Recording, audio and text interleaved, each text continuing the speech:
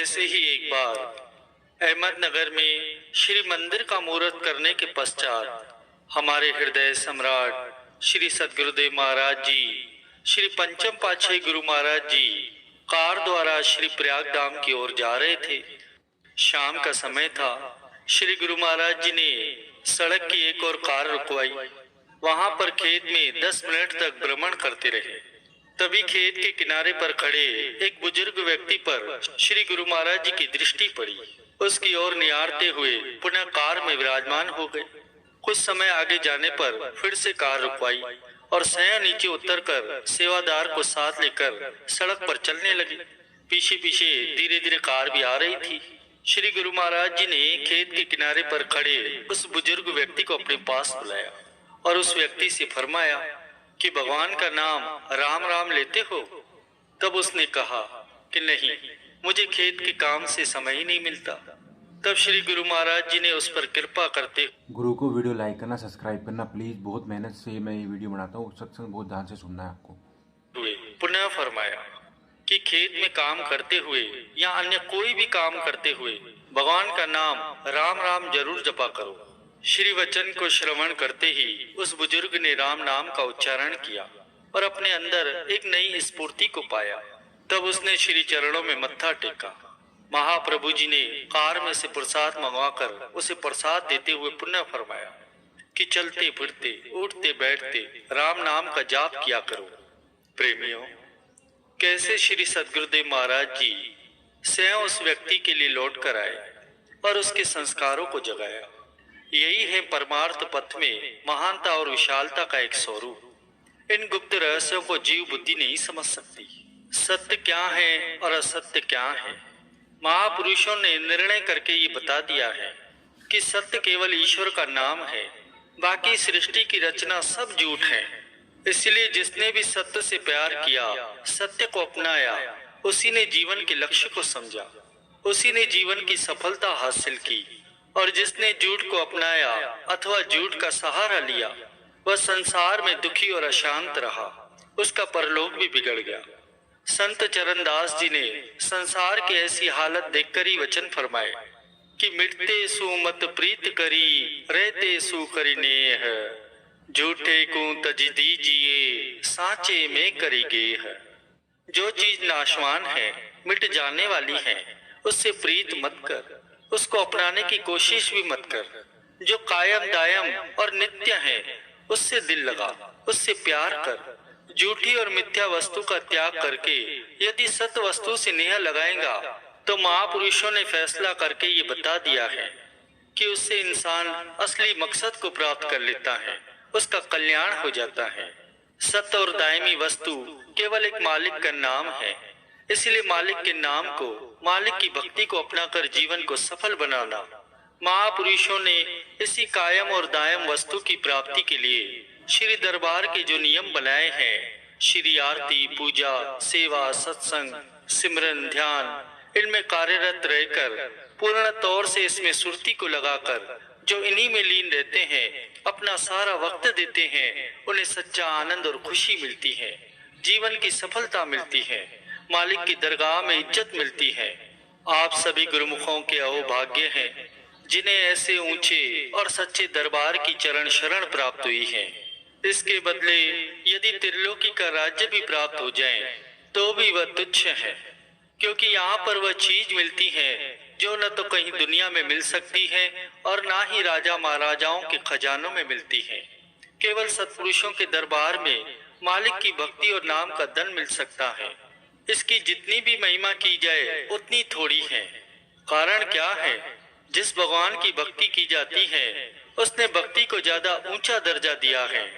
जिसके दिल में ये बस जाती है वह मालिक का ही रूप बन जाता है। फिर उसको किसी बात की कमी नहीं रहती। रिद्धियां सिद्धियां उसके पीछे पीछे फिरती है, माया उसकी चेरी बन जाती है। दुनिया के सब सामान उस जीव के पीछे दौड़े चले आते हैं। भक्ति का धन वह धन है जिसका कोई मुकाबला नहीं है। यह भक्ति और नाम की कमाई सब सुखों और खुशियों को प्रदान करने वाली है। लोग थोड़े से सुखों को पाने के लिए कितना यत्न करते हैं, उनकी सारी जिंदगी इसी में ही बसर हो जाती है, तो भी उन्हें सुख नाम की कोई वस्तु प्राप्त नहीं होती। जिससे सब सुख मिलते हैं वह केवल मालिक की भक्ति ही है। गुरुमुख जन उसे अपनाते हैं। यह दात सत्पुरुषों के दरबार से ही मिला करती हैं और इसकी संभाल और सुरक्षा ही गुरुमुख का परम कर्तव्य है, ताकि सच्चे धन को किसी प्रकार के नुकसान का अंदेशा न हो। और यह तभी हो सकता है जब सुरक्षा का सामान पास रखेगा, इस धन को बढ़ाने की कोशिश करेगा।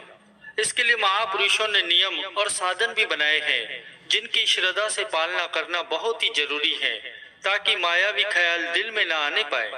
भक्ति धन की सुरक्षा का यह असूल है कि यदि गुरुमुख आज्ञा के दायरे में रहेगा तो यह धन सुरक्षित रहेगा, और यदि आज्ञा का उल्लंघन करेगा तो यह धन सुरक्षित नहीं रह सकता। गुरुमुखों का लक्ष्य यह है कि जीवन को पाकर सुख रूप हो जाना, इस जिंदगी में भक्ति प्राप्त करके जीवात्मा का कल्याण करना और अपनी संगति से दूसरों को भी सुखी बनाना। महापुरुषों की तरफ से उनका ये फर्ज है कि वे अपने लक्ष्य का परिपालन करते हुए भक्ति में दृढ़ रहे, और इसी से महापुरुषों की मौज पूरी होती है और इसी में ही हे मेरे मन, तू मालिक के नाम की कमाई कर, जो तेरा सच्चा संगी साथी है। नाम जपने और मालिक की महिमा के गीत गाने का जो सुनहरी अवसर मनुष्य जीवन के रूप में तुझे मिला है, वह प्रतिपल बीता जा रहा है। इसीलिए नाम की कमाई में प्रमाद मत कर। प्रेमियों, कुदरत के कानून के अनुसार हर एक इंसान, पशु, पक्षी सबको जीवन यापन करने के लिए किसी न किसी साथी की आवश्यकता होती है, और यह स्वभाव प्रत्येक को प्रकृति की ओर से मिला है।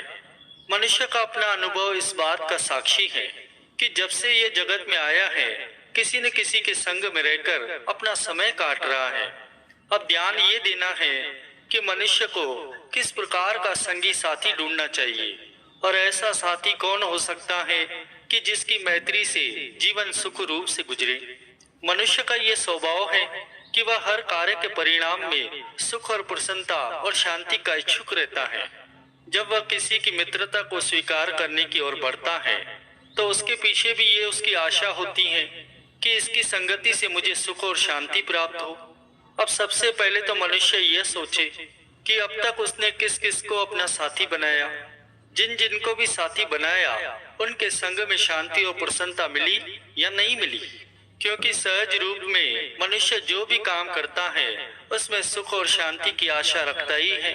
वह यह भी उम्मीद रखता है कि विपरीत परिस्थिति में मेरी सहायता करेंगे, लेकिन उसके संगी साथी, बंधु बांधव उसका साथ निभाते हैं, विपत्ति में सहायक होते हैं?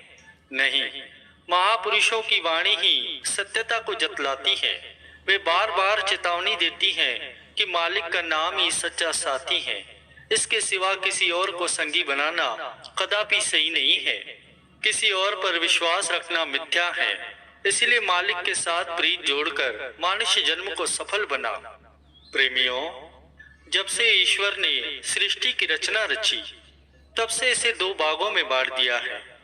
एक तरफ तो काल माया की शक्ति है और वहीं दूसरी तरफ दयाल की शक्ति है, और यही दोनों शक्तियां संसार में अपना अपना काम करती हैं। काल माया की शक्ति जो है वह जीव को अपनी ओर खींचती है, और वहीं दयाल की शक्ति संत सत्पुरुष जीव को अपनी ओर प्रेरित करते हैं। काल और माया इसे अपने फंदे में फंसाकर मालिक से दूर खींचकर 84 के चक्कर कटवाते हैं, और संतों का अपना मिशन होता है, वे जीव को काल माया की दास्ता से छुड़ाकर मालिक की ओर अग्रसर करते हैं। यह जीव जब तक ईश्वर से दूर रहता है, माया के बंधन में रहता है, तब तक उसका ईश्वर से मिलना कठिन हो जाता है।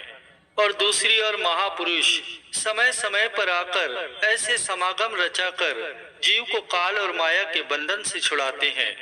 जगह जगह आश्रमों का और मंदिरों का निर्माण इसीलिए करवाते हैं ताकि जीव की सुरती जो माया की ओर है वह वहां से हट सके। आम लोग इसी में ही गलतान रहना चाहते हैं, वे इससे बाहर ही नहीं निकल सकते। जिन जीवों के पिछले पुण्य संस्कार उदय होते हैं, वे महापुरुषों की शरण में आकर धीरे धीरे भक्ति की ओर प्रवृत्त होते हैं, और ऐसे ही संस्कारी जीवों के ख्याल पुख्ता हो जाते हैं, जिसके ख्यालों में दृढ़ता और परिपक्वता आ जाती है। उन्हें कोई ठेस नहीं पहुंचा सकता। ये जो मनुष्य जन्म मिला है, ये मालिक तक पहुंचने की सीढ़ी है। योग और जप तप भक्ति की पहली मंजिल होती है और इनके द्वारा मालिक से मिलना अत्यंत ही कठिन है। संत महापुरुषों की चरण शरण में नाम सिमरन और साधन नियम की युक्ति पाकर उस पर आचरण करने से ही आत्मा परमात्मा से एकाकार हो सकती है।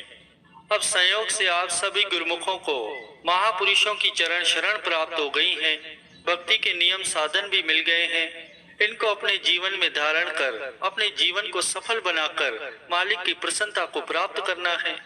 एक इंसान गुरु को वीडियो लाइक करना, सब्सक्राइब करना प्लीज़।